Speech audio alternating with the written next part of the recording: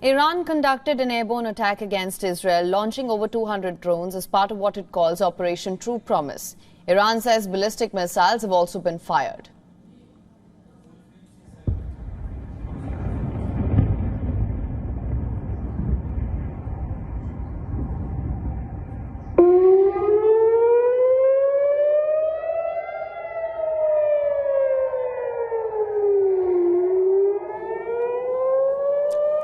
These are the first visuals that we have of the missiles fired by Iran. A barrage of objects are seen flying throughout the night sky over Bethlehem from Iran and headed towards Israel. Sirens were activated in Jerusalem at around 1:45 a.m. local time. Loud explosions were heard, with the air defense systems shooting down objects over the city. The multiple interceptions lit up the night sky here.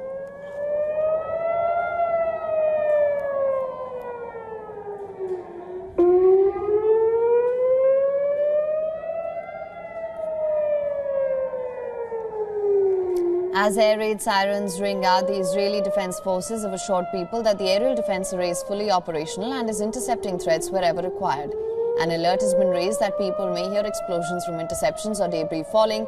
Reacting to the attack by Israel, Israeli Prime Minister Benjamin Netanyahu has looked to reassure citizens that the country is ready for every scenario, as he underscored that Israel would hit back and defeat its enemies.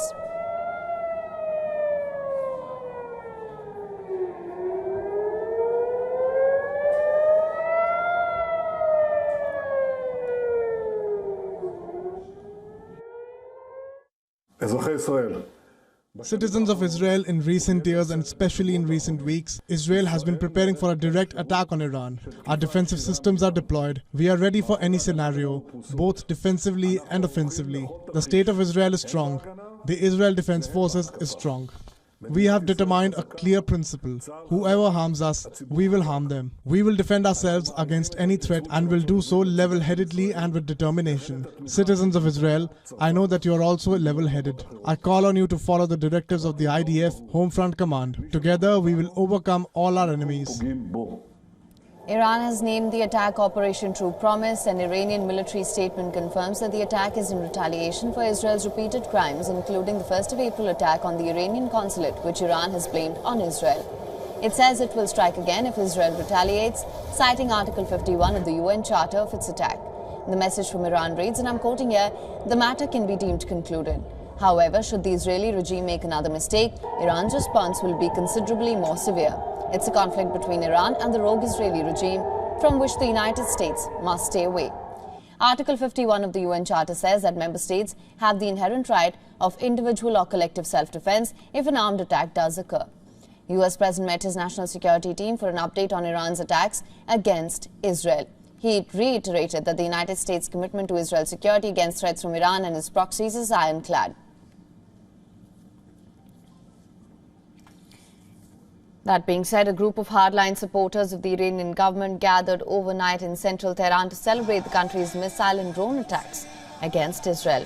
Protesters waved flags of Palestine and Lebanese Hezbollah and chanted "Death to Israel" and "Death to America."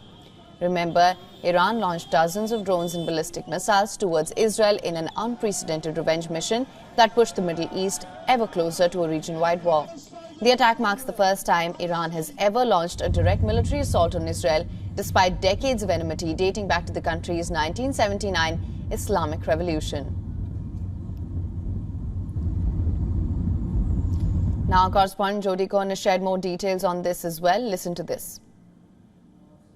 So amid the sound of planes flying constantly throughout the night and the noise of explosions and sirens for many Israelis, the Israel Defense Forces said that Iran fired 200 missiles and drones at Israel. Most were intercepted with a few impacts, including minor damage at one military base, according to IDF spokesperson Daniel Hagari. Thanks to interception by Israeli, US, British and also reportedly Jordanian forces, according according to reports, only one 7-year-old girl was injured by shrapnel. Security firm Ambry said that Iranian proxy, the Houthis, also launched multiple drones at Israel in coordination with Iran, and another Iranian proxy, Hezbollah, said that it fired dozens of rockets at Israel from Lebanon.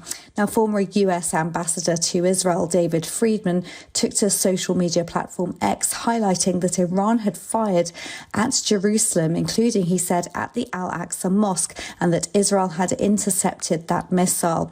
Now, Israeli Defense Minister Gallant has thanked US Defense Secretary Austin for standing by Israel's side and said the defense establishment maintains maximum readiness against further attack attempts. This is Jodie Cohen for WION World as One. All right, for more on this, we're now being joined by our correspondent, Susan Tehrani. We're also being joined by Lieutenant Colonel Daniel L. Davis, military expert and host of the Daniel L. Davis Deep Dive on YouTube. Sir, thank you so much for joining us. Susan, starting with you, what is the latest on this? Yeah, so we are hearing that Israel intercepted almost 200 missiles or drones going its way from Iranian territory, Iranian soil, really for the first time. And it's yet to be seen right now, I think, with all hands on deck, whether or not Israel will retaliate. The fact that Israel will retaliate is almost certain. How it will retaliate is the big question. Another question that we're asking right now, and many, notably President Biden's critics are asking, is why was Iran so emboldened to be able to carry out this attack at this point in time? Was it because it didn't feel like there will be a severe retaliation against it? And if it isn't, would this be a win for Iran in the region? So, you know, a lot of variables at play right now, but I think until and unless we hear from President Biden and Prime Minister Benjamin Netanyahu, we won't know what the next steps are. We do know that President Biden and Prime Minister Netanyahu were expected to hold a telephone call tonight. All right. Thank you so much for that, Susan. Also, Lieutenant Colonel Daniel L. Davis, I'm just going to have to request you to stay on with us. For latest news, download the WION app and subscribe to our YouTube channel.